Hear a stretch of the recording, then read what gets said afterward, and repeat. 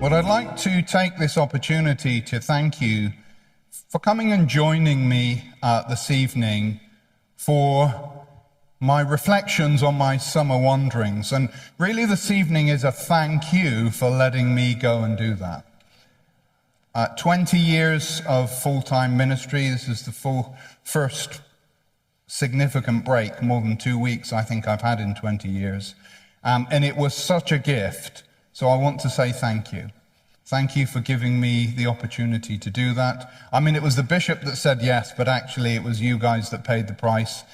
And Jonathan and Benedict and others covered for me, so I'm so thankful. Well, let's just open in a short word of prayer. Lord, we thank you that we're to gather here this evening as a family, new friends and old, just to celebrate life, to celebrate journeying, new experiences, and that you've always got something more to teach us. And we ask that you might even do that this evening. In Jesus' name. Amen. So, as many of you know, or most of you may know, I applied for a sabbatical. And when you apply for a sabbatical, part of that must be a study element so that you come back having learned some things. So I prayed and I asked myself, what is it, Lord, that what do you want to teach me? And he said to me, you know, the old thing is the new thing.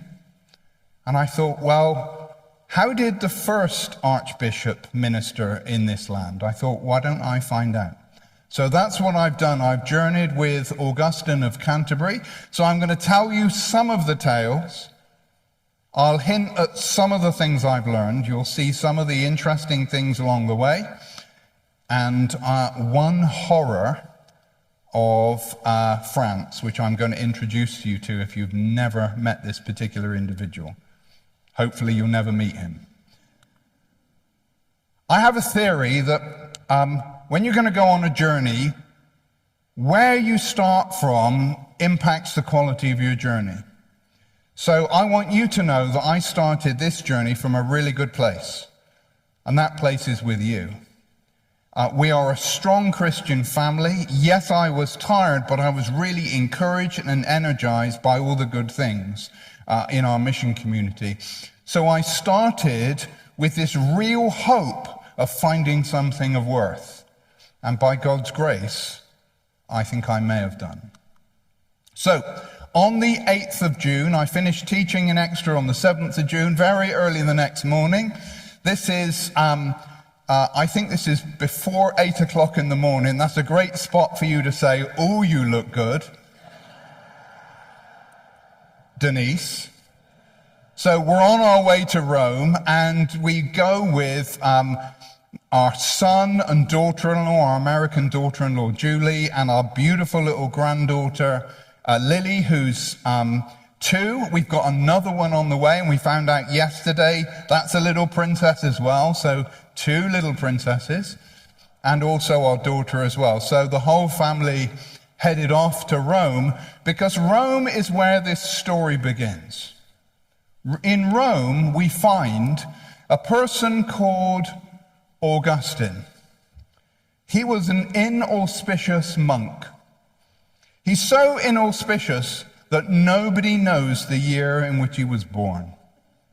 He's just a regular old monk. At a monastery called St. Andrew's on Celian Hill in Rome, a monastery built by Gregory the great pope of the early years of the church, on his own family's lands. And Augustine was just a regular monk. He was a nobody. And yet this monk became the greatest missioner quite possibly this country has ever seen. I mean, maybe St. Patrick, but certainly profoundly impacting the life and future and well-being of this nation is this ordinary monk. Many historians would say, in fact, that Alfred the Great, who wanted to create a Christian England, stood on Augustine's shoulders, on the work that he had done. So we went in search of this ordinary monk, Augustine. Well, when we got to Rome, we stayed fairly close to Vatican City. Many of the sites that we wanted to see were there. So we had a lovely apartment not far. And if you've been to Rome, every corner you turn is another church. And every church you step into is almost the most beautiful thing you've ever seen. And of course, our first stop was at St. Peter's, the largest church in the world. I would say the most extraordinary church in the world. What's so extraordinary about it, and you might have heard of the chair of Peter, here is the chair of Peter. So when the Pope talks about sitting in Peter's chair, there's an actual chair, believe it or not. Not that Peter ever sat in it, but the picture is the authority of Peter. And that cupola stands over a crypt underneath where it is believed to be the remains of St. Peter lie. And I think that is a fair prospect it is actually his remains. So we visited St. Peter's, and of course the other Christian site that you have to visit there is the Colosseum. The Colosseum, which represented the way that the Caesars satisfied the hunger and desire for pleasure of the Roman people. And of course they had gladiatorial games in there. They in fact flooded that several times and had boats sailing around in there. But it's most known to us because that is where Christians were put to the sword, where they were put to the beasts. And again and again and again, people died for their faith in this place. It's quite profound. There's another place which is equally profound, but for different reasons. And this is the Roman Forum. Here is the center of Roman law. Here is the center of what historians might say is one of the greatest civilizations ever to be upon the earth. And for all its greatness, the empire crumbled. And one of the historians that looked at why did the Roman Empire collapse, he found 5 reasons why the empire collapsed, one of which, or 2 of which, one is the breakdown of the nuclear family, and the second one is the breakdown of organized religion. The people died from the inside out. So the Forum is an immensely important place because it teaches us that actually without a moral purpose, without a higher calling, human society does not sustain itself. Well, we also visited this place. This is a very important church. It's called St. Paul Outside the Walls. It's outside the walls because, of course, St. Paul was a Roman citizen. And when he was executed in about AD 64, at the same time St. Peter was executed, he couldn't be executed as a Roman citizen in the city. He had to be killed outside. And outside, near Trefontaine, where it's supposed that he was killed, is this great church of St. Paul outside the walls. And it's so significant because here is a sarcophagus containing, I would say, the very high probability the remains of St. Paul. Whether the chain above it is actually genuine, who knows? But I think there's some strong grounds to believe that this may actually be the last remains of the great Apostle Paul. And of course, St. Peter and St. Paul significantly picture in the life and the history of the church from its earliest days until today. St. Peter, the big fisherman, St. Paul, the great evangelist. In fact, if you go down into the catacombs, one of the biggest ones is San Sebastiano, and when you come out of it, there's a festal room where the Christians, on the anniversary of their death every year, would celebrate a feast. On the wall, scratched into the wall, is Petra et Paulos, Petra et Paulos, Petra et Paulos, Peter and Paul, all together. So when we look in Rome, we see we see the cradle of the Church of Jesus Christ. There's many things, that would be strange to us in Rome, but there are many things that are really profound for the life of faith that we live. But this journey did not start at St. Peter's. This journey started here, San Gregorio Magno el Celio, which is the name today of St. Andrew's Monastery, from which Augustine left.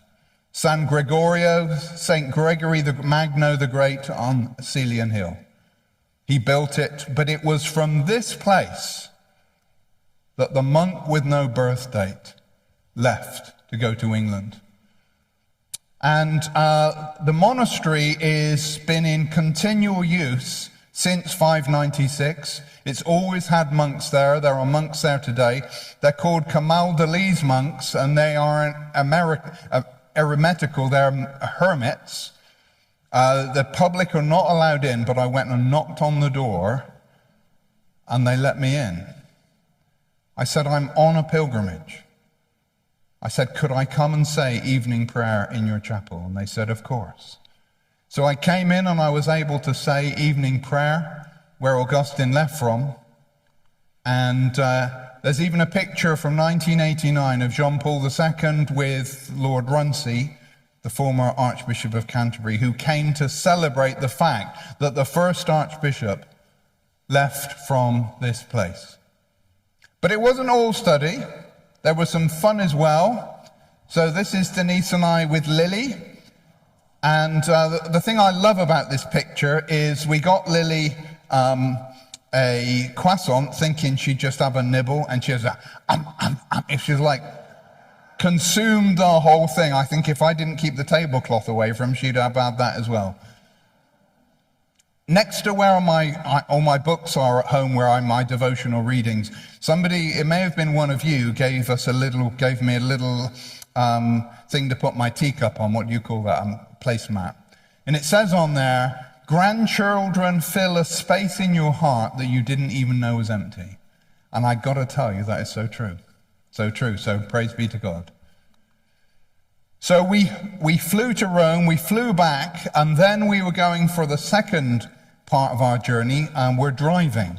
So we drive to Dover and get on the ferry, and here we are saying goodbye to the White Cliffs of Dover. So an easy ferry crossing, and we drive all the way from Calais. We stay at Reims, and then we drive all the way down to near Cannes, where is the Isle of Larens. And I wanted to show you this. For who's interested in eco things? I drove around for a year in this country and hardly had any flies on the front of my car. I drove from the north of France to the south of France, and look at that. They have a lot of flies, and we need to get some more. Seriously. Yeah, I thought you'd like that. So this is where we stayed. It was very much in the country. It was hard to find a beautiful and quiet place, but they had this monster. Have you ever seen one of these? This is a terrifying monster of France. This is the house centipede, and it's got multiple fluffy furry legs. It moves at lightning speed. It can go up walls, across ceilings. You can't catch it. And I tracked one of these because Denise was terrified. True or false? True. I tracked one of these, and as I was tracking it, seriously, not joking, it found a spider, because it kills spiders, and it reared up on its back legs and went whack, like that. I said, it's just killed a spider. So, to our shame, we spent the whole of our time in France terrified of these and looking for them everywhere. They are in Kent. They've got across the channel, so I do hope they don't come to Devon. Here's the Isle of Larens. This is just off of Cannes on the south of France, also known as the Isle of Honorat. It's so significant on the journey because Lerins Abbey was the first stop for Augustine. He traveled the 315 miles from the port of Ostia, near Rome, sailed across, landed at Villefranche-sur-Mer, and then traveled the short distance to Cannes and then caught the ferry out to this monastery. This was the first stop that he made, ecclesiastically speaking. Very significant. There were only 2 Gallo-Romano monasteries in the whole of Gaul. That's most of the southern part of France. This one here and the one in Tours. And here is where he got his mind straight. Here is where he came to speak to Abbot Stephen, to be encouraged, to get some intelligence, and to think, how am I going to make this journey work? How can I do the impossible? Now, at this point, Augustine, he only had a few people with him. He probably had 6 choir monks with him. That's probably all that was sent out from St. Andrew's Monastery. Now, they may have been choir monks, but they probably all had a skill. One may be an architect, one was perhaps a horticulturalist, another one was an illustrator or copyist. They all traveled with a skill. But they arrived here, and they were about to cross this great, terrifying expanse of Gaul. Now, you might say, someone might shout out to me, why did they go by boat? Thank you for asking. They went by boat because going on foot or on horse in those days was extremely dangerous. There were lots of gangs and ruffians, a bit like Topsham. You'd get mugged. It wasn't safe to go out at night. So the safest way to travel was on boat. So most of the journey that Augustine did was by boat, and we'll see that in a minute. So he went here, he saw Abbot Stephen, he got a shot in the arm, and the next place that he then moves on to. Let me show you Cannes for the super rich. This is my suggestion to the PCC for my small launch for me and the clerics. Plenty of super yachts. If you've never been to Cannes, it's an extremely wealthy place. Look at them all queued up. That's a great place for a staff meeting, I think. Would you agree? And of course, the stars go there for the red carpet, Cannes Film Festival. Here's Charlotte Rampling. There's loads of them. And this is the red carpet that they all walk up. No, I didn't get an invite. They didn't let me up there. What a shame, yeah. So that's Cannes. So we then move up to Aix in Provence. Aix is a really important place. It was called Aqua Sextae in its day. Very ancient city, dated from 123 BC. And it's here that Augustine travels to next. And this is St. Saviour's Cathedral, where he would have visited.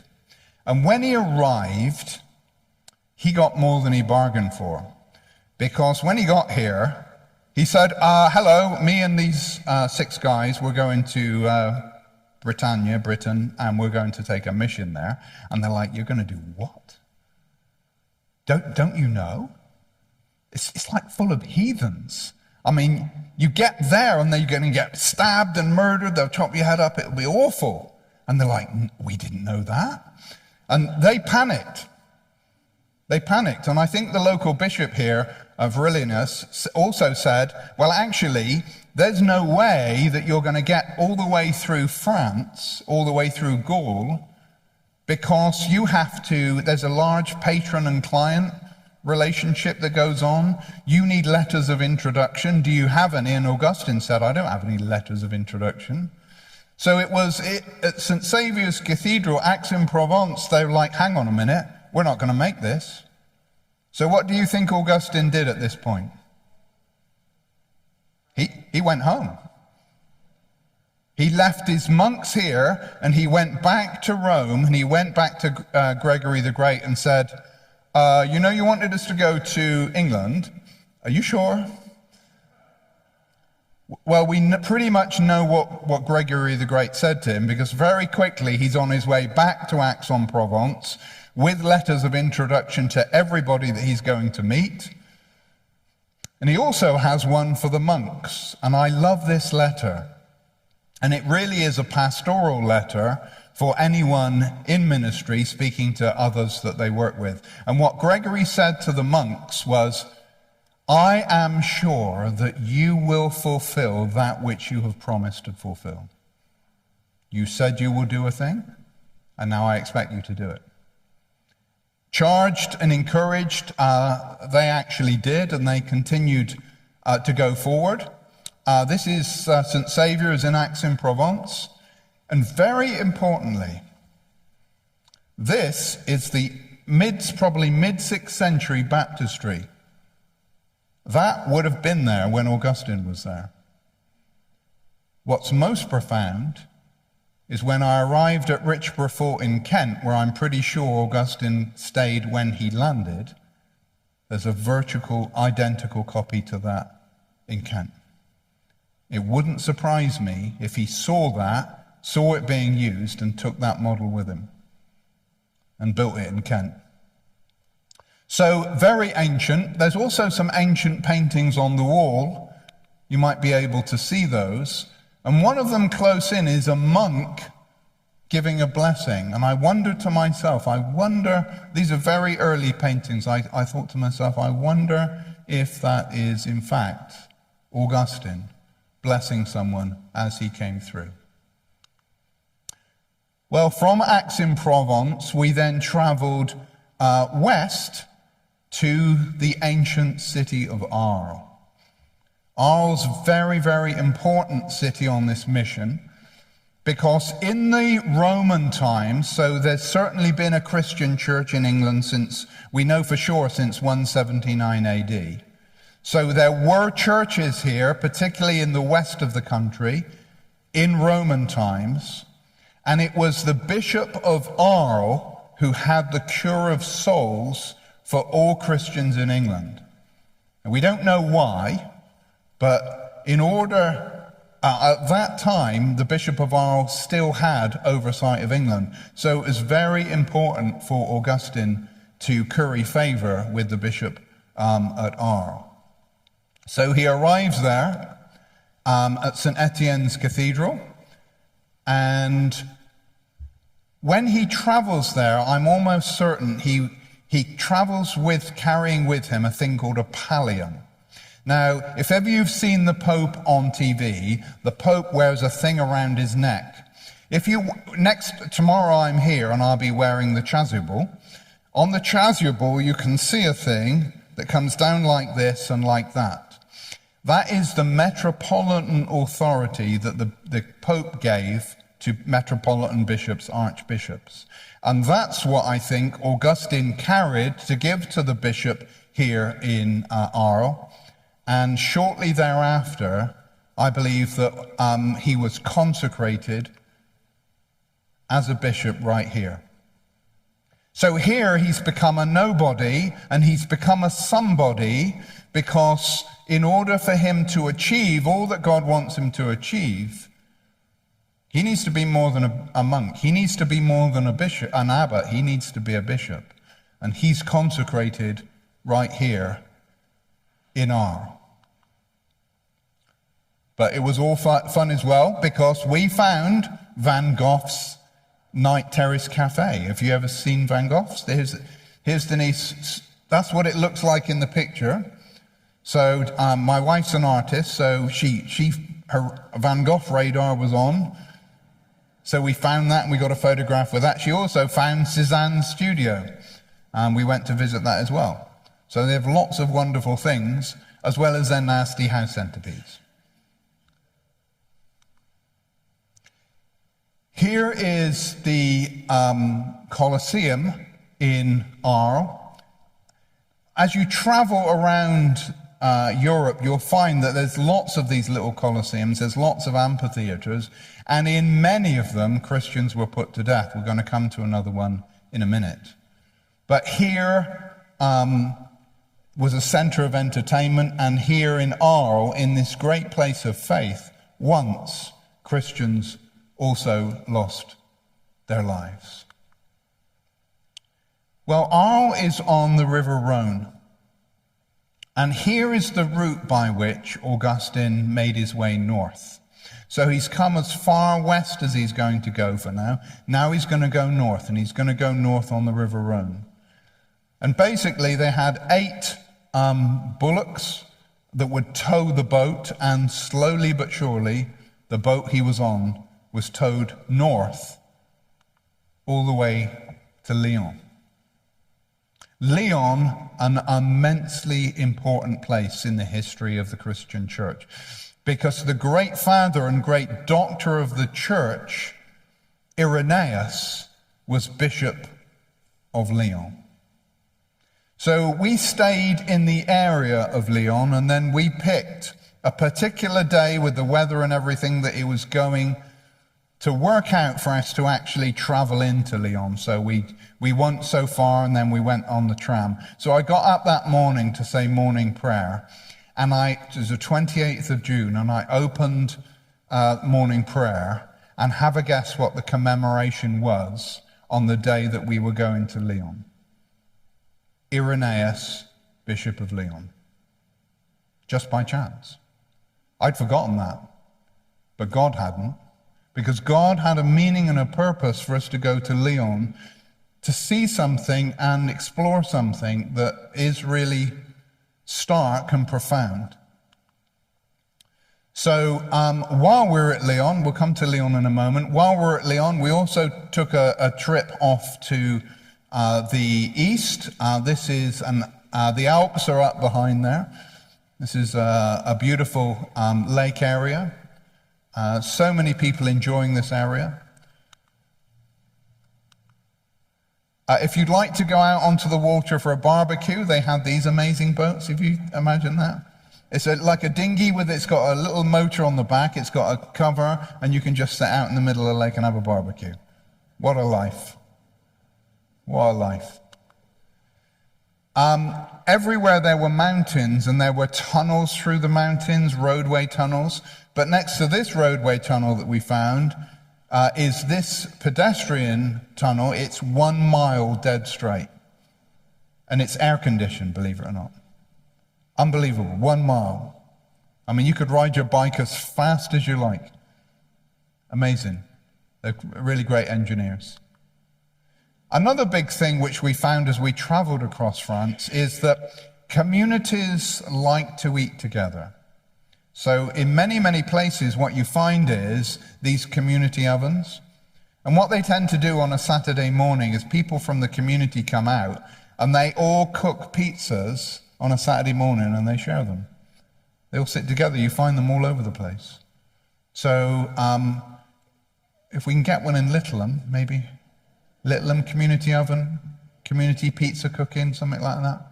They just love it. So this was, when we were staying near Lyon, there was also this ancient medieval town called Crémieux. What do you think this is leading out of the medieval town? What do you think it might have been once used for? Sewer, Gare de l'Eau, absolutely. So yes, it takes water, but in the early days, they would just chuck all their slops out, and it would run through the streets, and then it would run down the hill through this, and there was a big open field at the bottom with a stream. I'm very pleased we live in the day that we do. Well, here we are in Lyon at the Cathedral Jean-Baptiste. They have obviously substantial spiritual houses here. So it wasn't actually at this building that Augustine came to. This one is lovely. They do some contemporary art in there. I really like the way that they use their church buildings to show off pieces of art. So there's a bigger conversation about theology and art that I hope we can have at one point. But right next to the Cathedral of Jean-Baptiste is this. This is the original church that Augustine would have come to when he met the Aetherius, the bishop at that point. And again, coming along was for counsel, for guidance, for wisdom, for support. This bishop said, if you want to travel through this area, you need to go and speak to Queen Brunhild.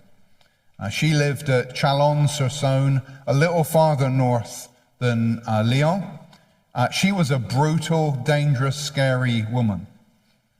Merciless. I mean, she ended up being hung, drawn, and quartered herself.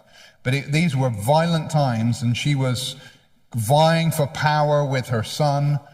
And there's no way that they could have really got through the area without her permission. So Aetherius the bishop sent Augustine from Lyon north to Chalon-sur-Saône to see this queen, and she welcomed him with open arms. And she saw an advantage that she could get politically in helping the Pope and giving support here. And Augustine was later to write that no one other than God gave more help for the mission than Queen Brunhild. It looks like she underwrote the entire rest of the cost of the trip. So the journey with Augustine is a journey of rivers, of many rivers. Lyon is an immense city. It was a violent city when we were there. As we were going through Lyon, you might remember the riots in France. We went past a police station with the windows smashed. So it's a big metropolitan city, but it has one of the most important sites, spiritual sites, in the whole of Europe. The amphitheater of the Three Gauls. Do you know, when I got to Lyon, I knew that this was here. I was breathless with excitement about finding this place and just a real sense of spiritual weight and gravity here, because in AD 177, 48 brave Christians, most of them young, stood and declared their faith in God and Jesus Christ and were massacred in this place for their faith. When we arrived, I could hardly find it. And in fact, there was a theatre company doing their thing there. Now, I feel deeply provoked to write a letter of complaint to the Archbishop of Lyon to say, you have one of the most significant spiritual sites in the entirety of Europe, and you don't honor it as such. This is known as the first martyrdom in Gaul. The first time Christians stood up and said, I will not worship that idol, for I worship the one true living God. But it was a privilege to, even with all of that there, I mean, I couldn't go in it, but to be able to actually be there. Well, after Lyon, we headed north. We first went to a town called Cluny. Now, you may or may not have heard of the Cluniac order. It's a monastic order. You may have heard of the Benedictines, you may have heard of the Cistercians, the Carthusians, you may have heard of the Franciscans, the Dominicans, but you're like, Steve, I've not heard of the Cluniac order. The Cluniac order was once the largest religious order of the whole of Europe. But they went so liberal and were living in such luxury that others following the rule of St. Benedict were saying, no, we can't live that way. We need to live a more holy life, a more life of sacrifice. So as we were going up by Dijon, we ended up visiting the mother house of the Cluniac order, Cluny Abbey, which is quite a remarkable place. You really get a feeling and sense of the age and the weight of the faith that was practiced here. Really a remarkable abbey.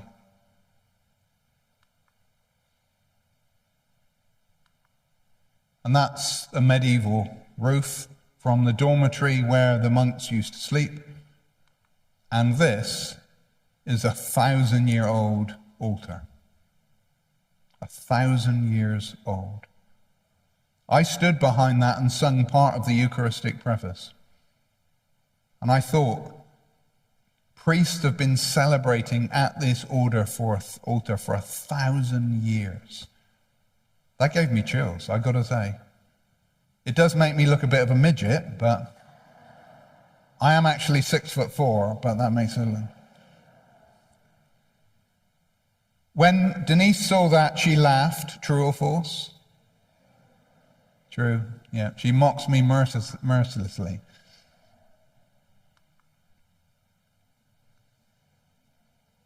So we got up, after being at Cluny, we got up. It's a Sunday, we were going right north to Dijon, and I said to Denise, okay, which route are we going to take to Dijon? And Denise looked it up and she said, well, there's like 2 routes. You could go this one or this one. I said, I don't mind which one you go to. You pick a route. She's like, well, we'll go this one. I say, fine. So we head off on this route. 10 minutes after driving down the road, there's a little road sign with other things on it, and it says T-A-I-Z-E. I said, that seems to say Taizé. I said, that couldn't be the Taizé. She said, look it up. And it was. And it not only was it the Taizé, it was only 10 minutes off our route, and we arrived in time for the Sunday service. So we were able to join the community at Taizé for their Sunday morning worship, which was in French. Je ne parle pas le bon français. I do not speak good French, which gets you through most things. And it was also said in English, which was a real blessing. Why Taizé was so profound to me, I don't know if you believe in visions, but I had one there in the service. And I saw me building a bridge. And it was a fine, ornate, strong, beautiful bridge. And it was joining 2 places that were the same. And I'm still in the process of trying to figure that out. I don't get visions very often, but I certainly had one there. God had an appointment for us to be at Taizé, and we were. One of the things that I loved about Taizé was the amount of young people there. Listen, there were coaches turning up, and there were young people getting off the coach with their backpack, and they were arriving, and there were others leaving. I mean, it was this hive of excitement and anticipation. If ever you're in France, don't be like me and not know where Taizé is. Find out and go and visit. Here are the bells. These are the bells. They call you to service. They call you to meals. They cook communally. It's a wonderful place. But it was God's gift to us. For those of you that don't know, I am a closet Cistercian monk. My hero, one of my heroes, is St. Bernard of Clairvaux. I love his ministry for so many reasons. He was a miracle-working monk.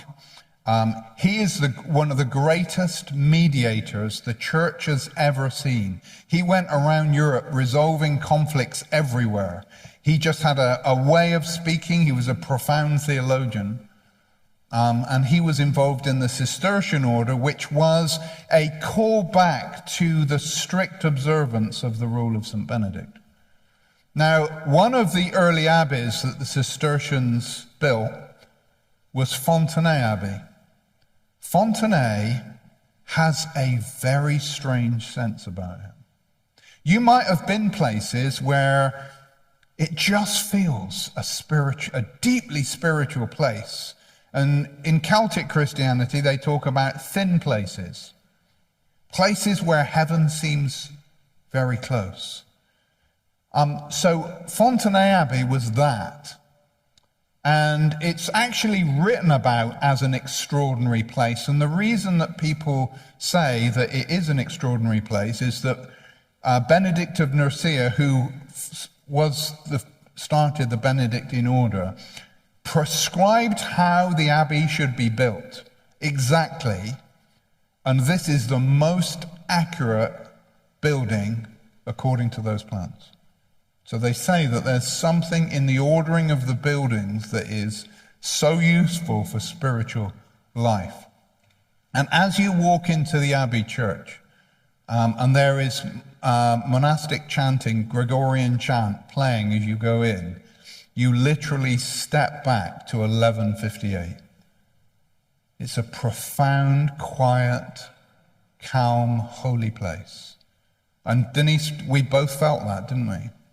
It was an absolutely remarkable, remarkable place. And God was there in immense power.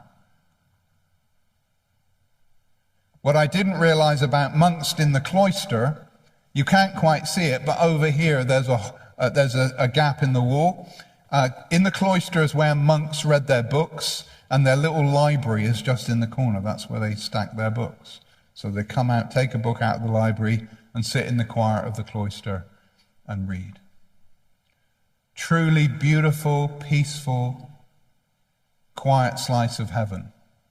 Now, the reason I show you this picture is because in the history of God's church, so often it is not society that has driven us forward, it is God's church that's driven us forward, not just in spirituality, but in technological advancement.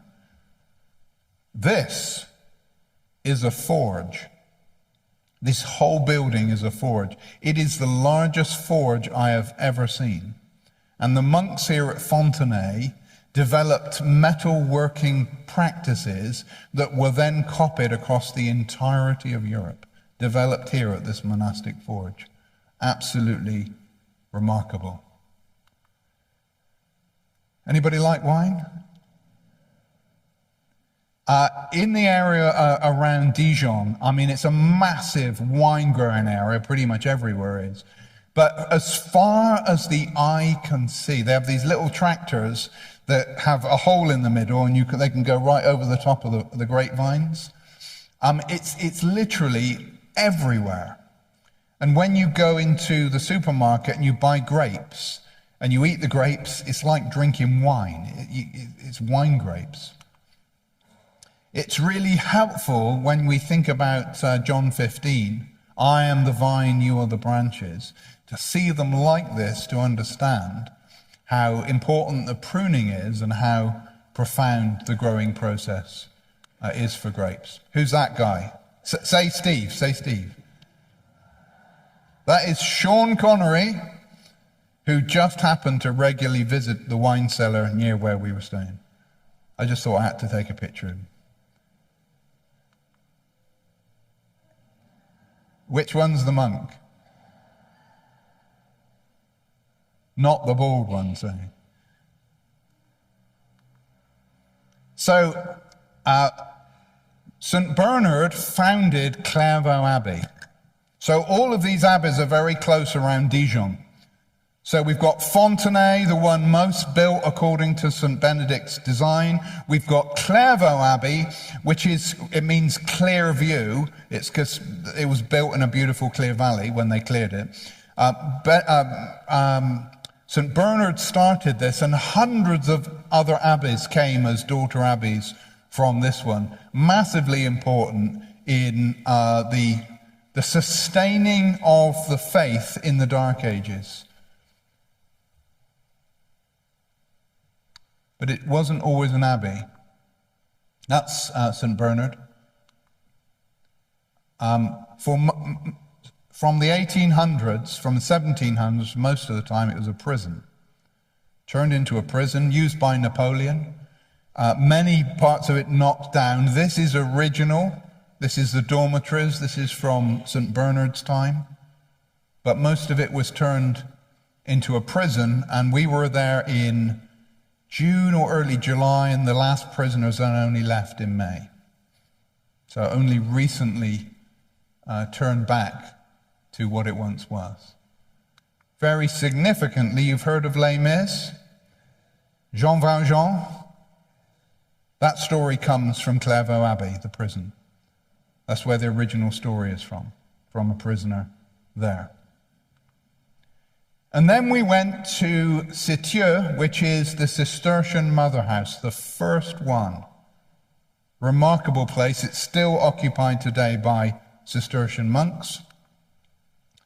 One of the original founders, in fact, is English. His name is Stephen Harding, and he was a monk from Sherborne in Dorset. A remarkable man of faith, wrote an order of how we live together, which was used and probably still is used by the Cistercian order today. And there's Bernard. Truly remarkable place where what they were doing in 1158 is still done today as it was then. Really no difference. That's a novice house where trainee monks go. But it wasn't just in the big sites that you see extraordinary things. Everywhere you see extraordinary things. Denise and I were out for a walk, and there was a village that we were passing, and Denise said, "Oh, look, there's a church." So believe it or not, this church is from 1200. It's very old, but they absolutely have them everywhere. Different design inside, but the faith is everywhere. Here is another community kitchen where they all come together, community oven. So very, very prevalent. You tend to see them everywhere. This is where we stayed in a place called Brocon, and we stayed in the old rectory. And it was a place with more of those nasty house centipedes than anywhere else. Don't think it's anything to do with the rectory, but it was right next door to a church. Beautiful place. And this was the view just over the wall from the rectory garden. I think I'd probably end up a drunk if I was a rector living in that place. My goodness, what a lot to drink. Anyone for a baguette? So a big thing that they have in France is you can just go to a self-service baguette machine or even a pizza. So there was a pizzeria near where we were, and they'd cook them all in the morning, and they'd take them out in all the vans, and they'd put all these hot pizzas out in a self-service pizza thing, and you finish your lunch, you finish your work, you want to get a pizza for lunch, go to the machine, put your money in, out comes a pizza.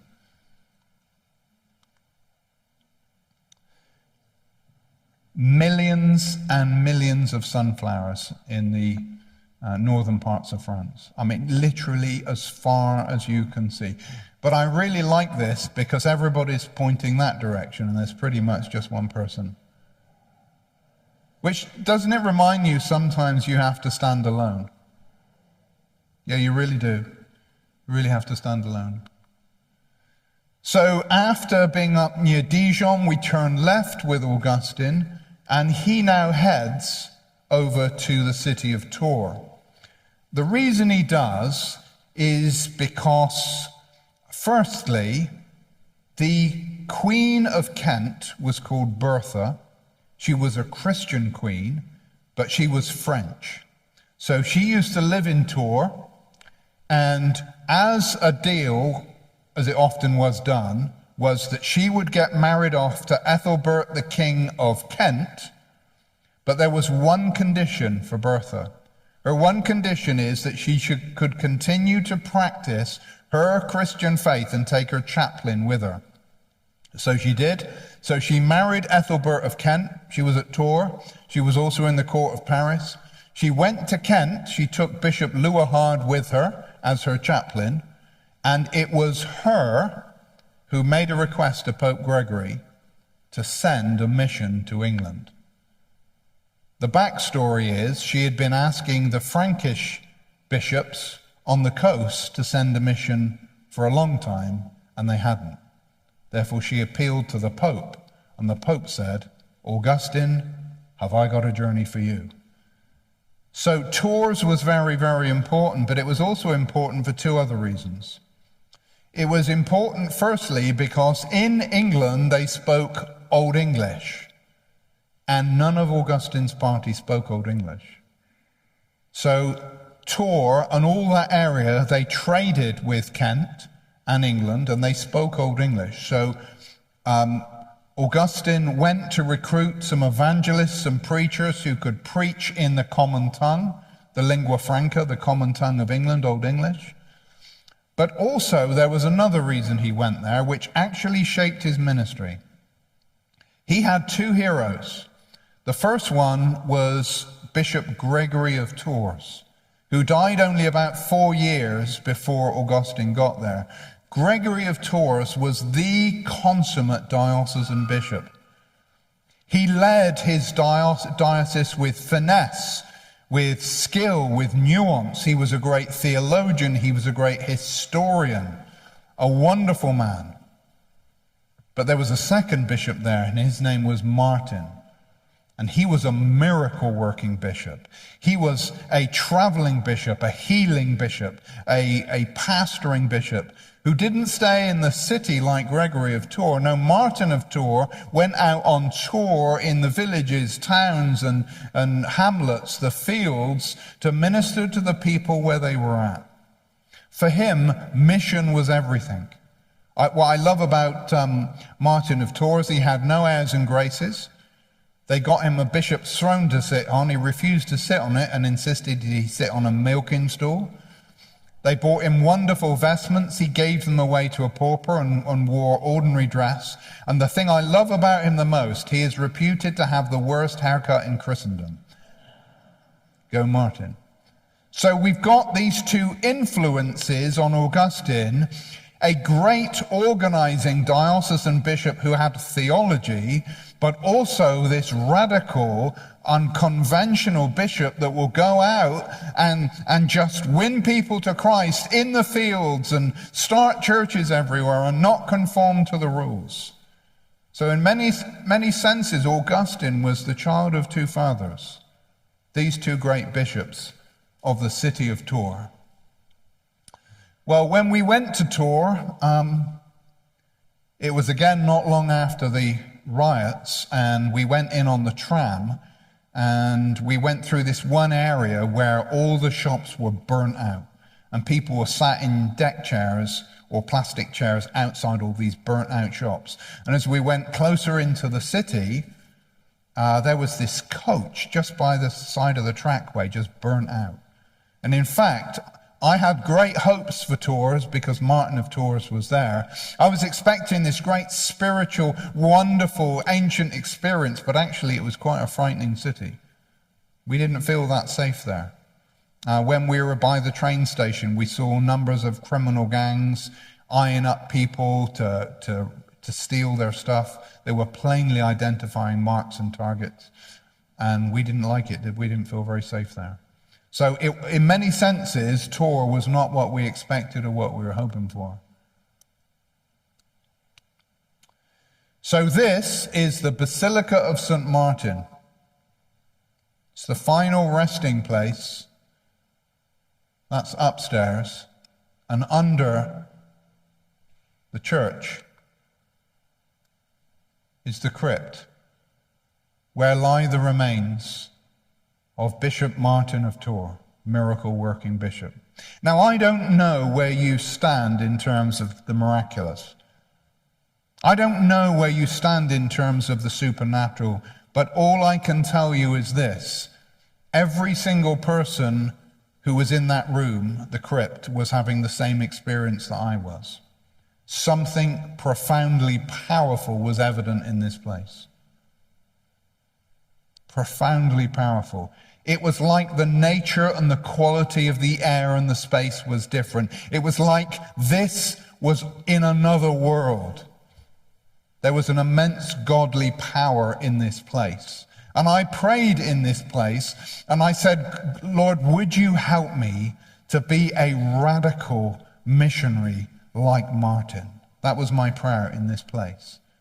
That we would go here in Exmouth into the highways and byways, into the fields, into the back of Littleham, up onto Woodbury, that we would go anywhere that by all means some might be saved. Would you give me that heart? That was my prayer there. I felt a real power in that. I've been in many unusual places, but this is one of the most unusual places I have ever been. I flat out dare you to walk into that place and feel nothing. I don't have a theology for that, but I can tell you for me that was real. Absolutely real. Also in Tours is Marmoutier Abbey. It's not open anymore, but when Martin of Tours was here, he founded it for the training of monks. And some very famous monks came here. St. Patrick, St. Finian, the great Irish monks, they studied here. They took the missionary example, the traveling into the community, and in fact, Martin's practice was to go out and not take things from the poor in the community. He would take things to give to them. He said their overlords were always demanding things and giving nothing, but the Christian missionary should go and give. So he did that. Patrick and Finian learned that. And then when we get St. Aidan and St. Cuthbert, the great Northumbrian saints, that's exactly what they did. They followed the mission that the Irish saints learned. This is the foundation of Celtic Christianity, right here, Montmortier Abbey, because they learned it from Martin.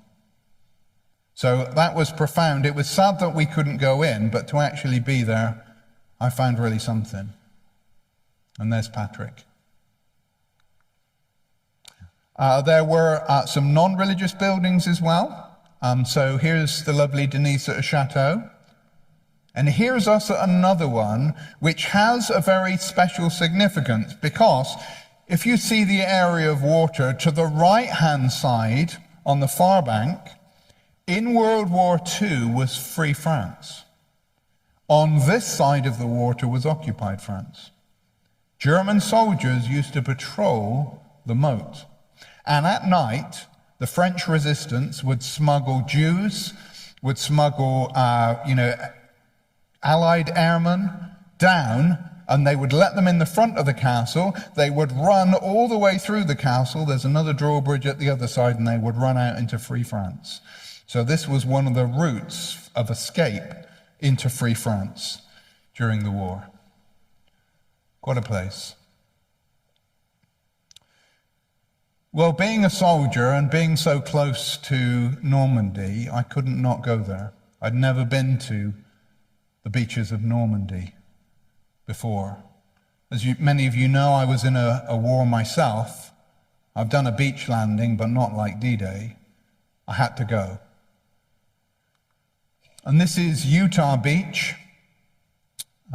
In fact, the Americans from all around this area, Brixham, some even left from Exmouth, believe it or not, they went to Utah Beach. That was their landing site. So all this area, we helped them land at Utah Beach. I think they lost 179 soldiers getting ashore at Utah. That's bad enough. Here's the style of bunker that's there. If you've never been there, the fortifications are extraordinary, absolutely extraordinary. I mean, it's chilling to think, but if you look at the pockmarks in the ceiling of that pillbox, you can probably guess what that's from. That's from grenades that are put through the slat. This is Omaha Beach, just next door. 2,500 soldiers lost their lives getting ashore in one day. Absolutely staggering. And this is, I can't remember whether it's Wings of Freedom, but it's to mark that massive sacrifice. You know, I always thought that, when we were going to have a landing, their landing craft would go right up the beach, and they'd maybe have 100 yards to get to the Germans and climb over it. No. Because of the beach defenses, they had to land 400 yards out, and they had to run 400 yards under enemy fire. I've been under enemy fire, and I've got to tell you, that takes extreme courage. That really brought my admiration for those soldiers. This is the American cemetery. 9,000 identical crosses of young men who never went home. It's mind-blowing. And there were thousands of people paying their respects at this cemetery on the day that we went.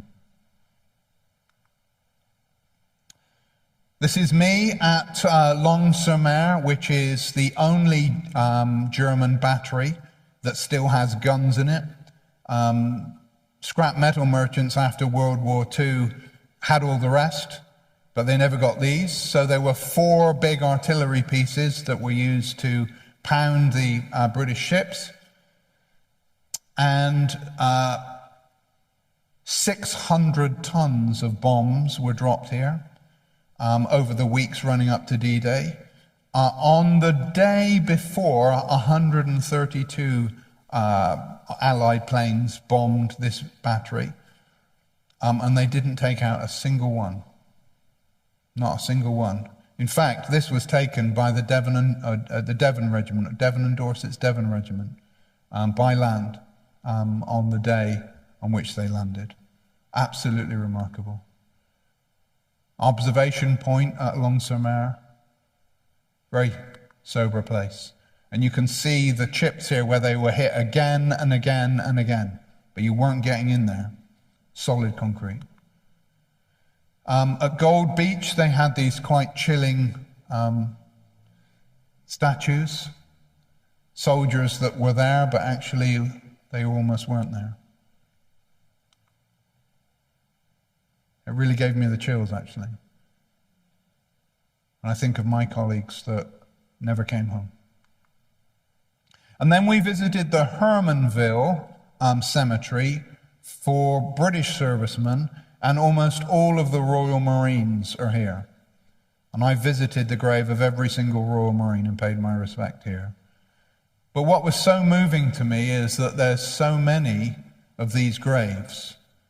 And it says a soldier or a sailor or an airman of the 1935-45 war, 6th of June 1944, and it says known only to God. They could not be identified. And I thought, how difficult is that for people who do not know this is the grave of my loved one? What a price to pay for freedom. How much we need to ensure that we have a world of peace. This is Gold Beach. Is this Gold? No, this is Sword, where the majority of the British forces landed. And there's a commando museum there, and I was able to point out to the lady who runs it that 4-5 Commando were actually part of the landing force, and they're right here in the landing craft. We also went to Pegasus Bridge, where the glider landings were. Remarkably, in the dark with no landing lights, the 2 gliders that put down here were within 100 yards of the bridge, and they neutralized the bridge and disabled the explosives within a couple of minutes of landing. I mean, unbelievable. The respect that I have for the courage and the skill, unbelievable. Well, after we finished in Normandy, we headed to a little place called Etretat. It's north of Le Havre, and we went there for personal reasons. Because on the 1st of March 1918, my great-uncle, Reginald Jones, of the Grenadier Guards, was shot and seriously injured. He was taken to a field hospital at Le Havre. A man of strong faith. The nurse that looked after him, the American nurse, wrote home to his mother and said, you know, he hopes he'll make it, he hopes he'll be home, but he never made it home. It took 70 years for someone from our family to visit him, and that was me, my father, and my brother. My brother went 20 years ago, but he's had no visitors since. So we stopped and paid our respects to great-uncle Reg. And then we went to Quentovic. It's not called Quentovic anymore, it's called La Caloterie, but it is the port from which Augustine ultimately set sail for England. And in those days, what you would do, you would get on your boat, you would head up the coast to a place called Cap Pierce-Nez, which was the closest point to England, and then you just strike out for England. And it was probably a 10 to 12 hour crossing on a good day. And this is Quentovic, this is the River Canache, this is where Augustine left from. Well, it was up, back on the boat, and our first port of call was Richborough. So this used to be a separate island, it's no longer, and there was a Watsham Channel, and that's where people came across from France and landed, often in the region of Richborough. This is Richborough Fort. It's held by English Heritage, and it's been a fort since Roman times. It's a massive site and very famous in its day. This is the outline of St. Augustine's church that was built to commemorate the fact that he had been there. So, very well-known site. And here is the same shape and construction baptistry that I found in Aix-en-Provence. The inner part of it is identical. Just by chance, or the influence of Augustine? Well, some further research will be required to find out. And then we went on to St. Martin's Church. It says on the sign, St. Martin's Church was originally built in Roman times. In AD 597, it was Augustine's first base for successful mission. He celebrated the Eucharist here. And we were able to go for the 9 a.m. Eucharist service in the church there with the rector. That was a remarkable experience. It's been continually in use since 597, every Sunday other than COVID.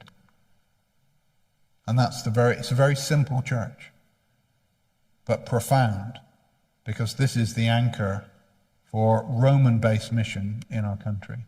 And then it was off to Canterbury Cathedral, which when Augustine built it, it was called Christ Church, but became Canterbury Cathedral.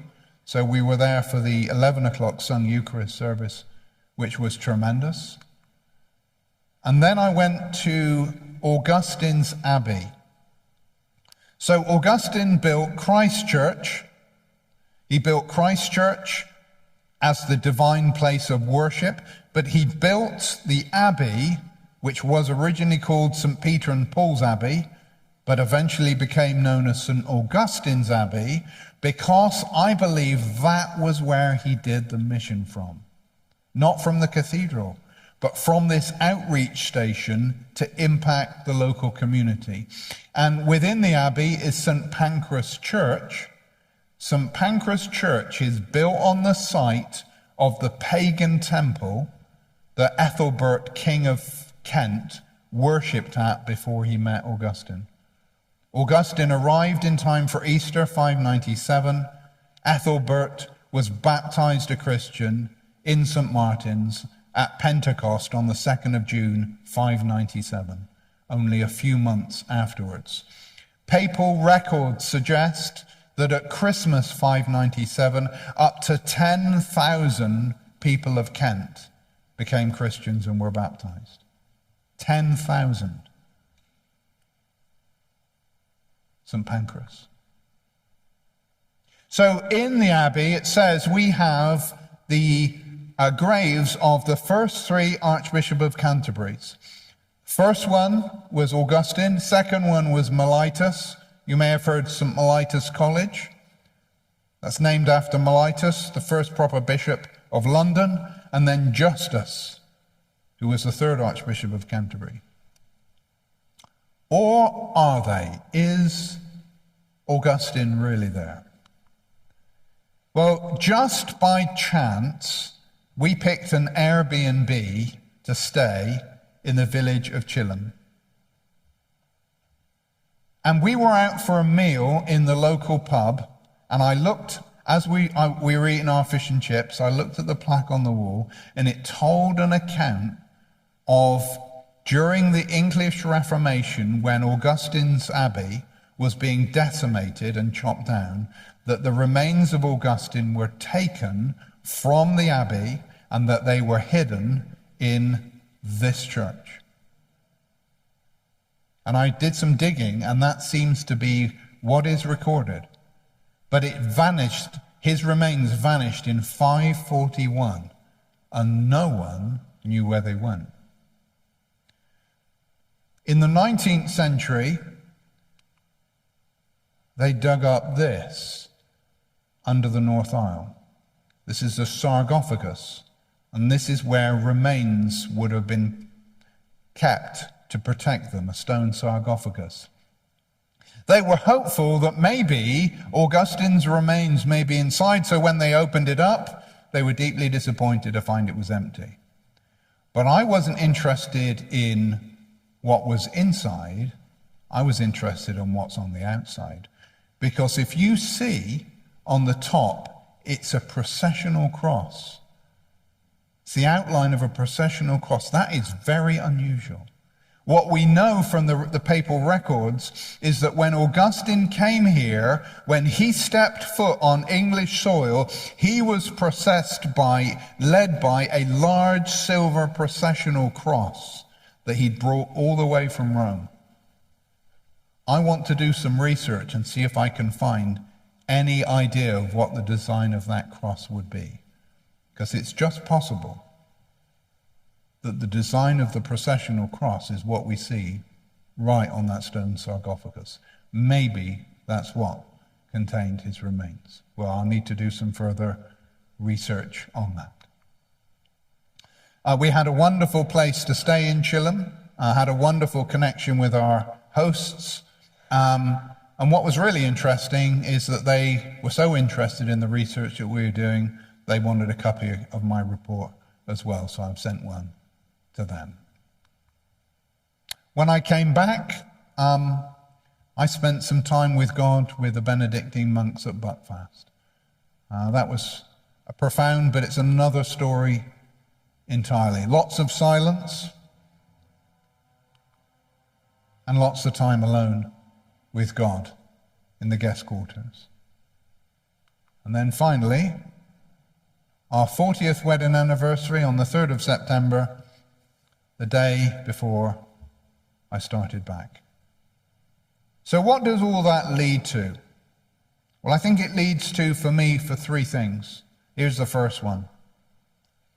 Going away helps you to really see your home. And I've come to see how much I love this place and all of us and our family together, and to see the huge potential that we have here as a church family. We are rich in opportunity, and I feel very excited about that. The second thing that I've learned is that the old way, the simple way of doing mission is quite possibly the most effective and profound. You know, in this life, we always want to do the new thing. We always want to do the new thing. But I think sometimes the old thing is the new thing. And the third thing I learned, and I knew this when I left, and I know it even more when I come back, nothing changes without prayer. Unless we anchor everything that we do in time on our knees before God, nothing will ever change.